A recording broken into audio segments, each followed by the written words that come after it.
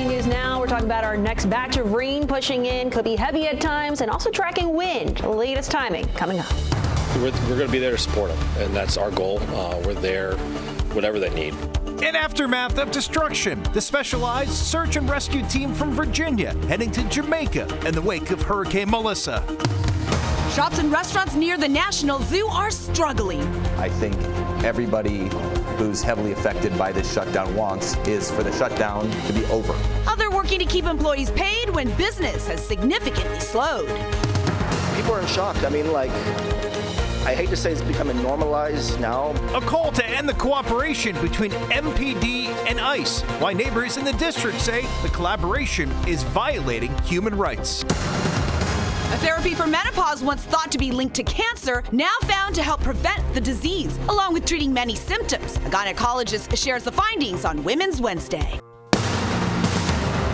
You're watching the station covering all of the DMV.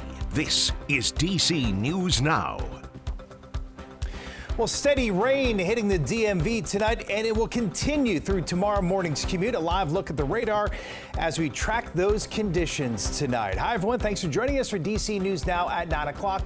I'm Chris Flanagan. And I'm Susan Tran. We have our chief meteorologist, Jackie Lair, here talking about the rain that we really do need in our area. Yeah, and that rain will continue to overspread the region over the next several hours and into your Thursday morning commute, too. That radar out there right now. Some of that rain already starting to be pushed in. We have some of those showers across southern Maryland lifting north, but then back out towards the west. We have more of that steady to heavy rain starting to push into parts of West Virginia, and that will continue to lift its way north and eastward over the next several hours. So we're watching this batch of rain associated with this low pressure system that's situated back over towards parts of Tennessee. All this steady rain has to still be propelled into our area. So we're going to continue to see more of those wet conditions and also that visibility being reduced at times as well. We're now down to 5 miles in DC, Annapolis, down to 4 miles out towards Luray, 5 miles out towards Culpeper. The breeze right now mainly out of the east-northeast, between 5 to 15 mile per hour, sustained winds, a few gusts in excess of 25 miles per hour as you get closer to the I-95 corridor in areas to the east. These winds will continue to pick up with this system continuing to push through, along with those batches of heavy rain all the way through at least 6 o'clock in the morning. We still have more of the heaviest of the rain back out towards our west, and we still could not rule out that chance for some embedded thunderstorms. I'll have more details on this, the timing, and look at that Halloween trick-or-treating forecast coming up. We're continuing to see the damage from Hurricane Melissa, the strongest storm to ever hit Jamaica, killing at least 8 people on the island. The destructive storm continuing to churn, moving across Cuba. Over in Haiti, there are at least 25 people who have died and another 18 still missing. And first responders and nonprofits from the DMV already headed to the region to help, including a team of search and rescue experts from Virginia. DC News Now's Yamri Sase joining us live from the Task Force 1 headquarters there. And Yamri, how are they preparing for this mission? Yeah, well, Virginia Task Force 1 has their bags packed and they're ready to go early tomorrow morning. We actually had to step outside because many of them are resting since they have to wake up so early. But they're not the only ones. Mercy Chefs, a nonprofit based in Virginia, is also heading to Jamaica tomorrow. And the goal for both of these separate teams is really to be a helping hand when they land in Jamaica. It's just devastating to see the destruction. Our goal is to get out there and help as best as we can. The strongest hurricane to ever hit Jamaica has left behind flooded roads, downed trees, and some communities without power or clean water. Now Mercy Chefs and Virginia Task Force 1 are heading down to help. We're there for them, and whatever assets they're asking to help them with, we'll be there with us and our equipment. 34 team members and 4 search dogs with Virginia Task Force 1 are set to deploy Thursday morning. David Bowman says the last 48 hours have been a rush of planning, but the team is ready for anything. We can kind of reach anything as far as flooding, down trees. People may not even have power to be able to communicate with anybody, so even just getting into areas to be able to get their communication back to other parts of their emergency operations center, or just doing whatever we can. Mercy Chefs is also sending a 20-person team Thursday, along with a ship carrying 600,000 pounds of food expected to arrive Friday. In many ways, it's just somebody cares. We're here. We're not going to be able to rebuild your house for you. We're not going to solve all the problems you're facing. But right now, you can be fed, and you can be fed well. Both groups say they're ready to get to work. Everybody is really ready to help because we know this is what we train for. Now, Virginia Task Force 1 plans to leave around 1 a.m. tomorrow morning. For now, reporting here in Chantilly, Virginia, I'm Yammer Sasay, DC News Now. Marie, thank you. A man is charged with murder for a deadly house fire in Sterling, Virginia. Investigators say that Jacob Bogutin intentionally started the fire on Friday that burned through 3 townhomes, including one that killed Madeline Akers. Firefighters saying the flames were so intense here, they prevented firefighters from going into the homes, and they could only fight the fire from the outside. The 78-year-old is now also charged with arson. In Maryland, a man is behind bars accused of committing nearly 140 crimes at gyms across Northern Virginia. Fairfax County police say Robert Brockington broke into lockers, swiping credit cards at 5 different gyms in the area. A member of Gold's Gym in Annandale saying he's not surprised by the gym thefts. That's why I keep my gear on me all the time. I don't use any lockers at any gyms whatsoever, and any wallets, cell phones, keys are always around my area. Well, Robert Brockington is being held tonight without bond. Let's take a live look at Reagan National, where the FAA has been on a ground delay all day because of military activity in the area.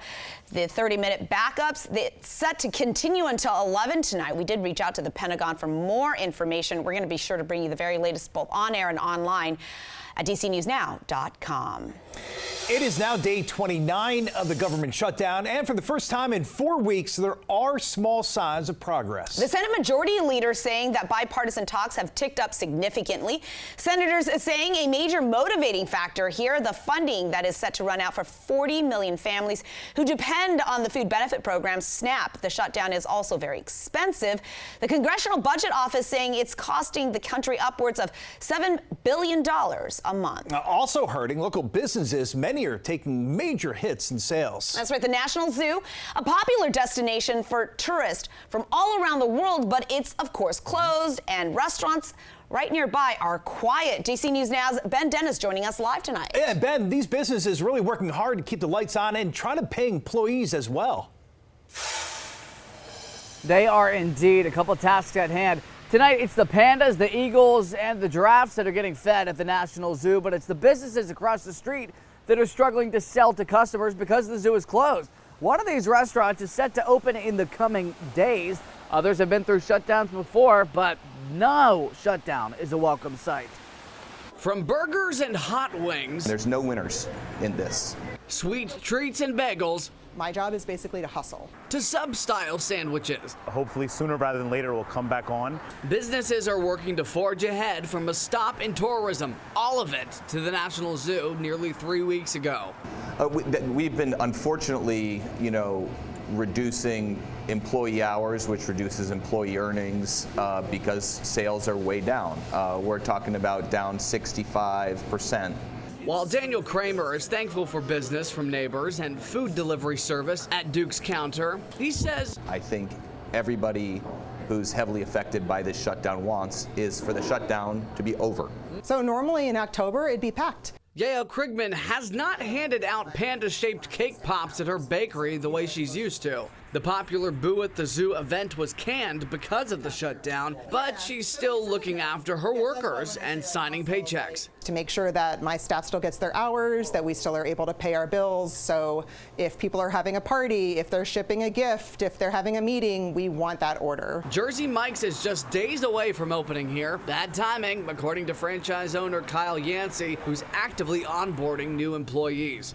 Part of me is, extremely excited for the community to come in and to be able to serve them and meet them. But there's a big but. There's going to be no zoo traffic. The Smithsonian says roughly 2 million people visit the National Zoo every single year. That is a reliable amount of folks in order to keep these business lights on. They also have a question tonight, and it could be a concern. They don't yet know if the annual holiday zoo lights display is going to happen because they haven't gotten any updates from the federal government. In Woodley Park in Northwest, Ben Dennis, back to you. Big hits there. Meanwhile, food benefits set to dry up Saturday. The Maryland Food Bank is helping restock Marylanders who use SNAP. The Hunger nonprofit is buying up to $3 million worth of food. They're also partnering with the city of Baltimore and other state and local agencies to hand out food. But the CEO saying it could be a struggle as they can't replace SNAP. meet even 15% of the need created by the SNAP disruption, we would need to quadruple our output nearly overnight. And as mighty as we may be, that is an impossible task for us and our partners. It would be for any nonprofit organization. The Maryland Food Bank covers most of the state, including Frederick and Washington counties. There are now new concerns about another food program as well, specifically designed for children and pregnant moms. Funding for WIC is set to run out. Nearly 7 million women, babies, and children rely on the program to pay for formula, food, and supplements. The Trump administration did boost the funding earlier this month, but it's not clear how much longer that money will last. Schools in Maryland preparing as well to step up during the government shutdown. Prince George's County says it's expanding access to its hot meals for students after school. The Hot Supper program is a change from the standard cold bag meal, and it offered in schools that have more than 50% of its students on the free and reduced lunch program. The county also expanded its free breakfast program this year, adding 23 more schools. We're going to continue to bring you the very Capitol Hill, both on air and online, including resources available for families. You can find those details on our website, dcnewsnow.com, and just search government shutdown. Coming up on DC News Now, as you get ready to shop for the holidays, we're helping you stretch your dollar with the risk on buy now, pay later plans. The shutdown's latest victims are families, dogs, and cats. Local shelters are seeing an extremely high number of people forced to give up their pets. And ahead at 9:30, frustrated D.C. neighbors lashing out over MPD's work with federal agents. Why they claim they're suffering human rights violations amid the president's crime crackdown.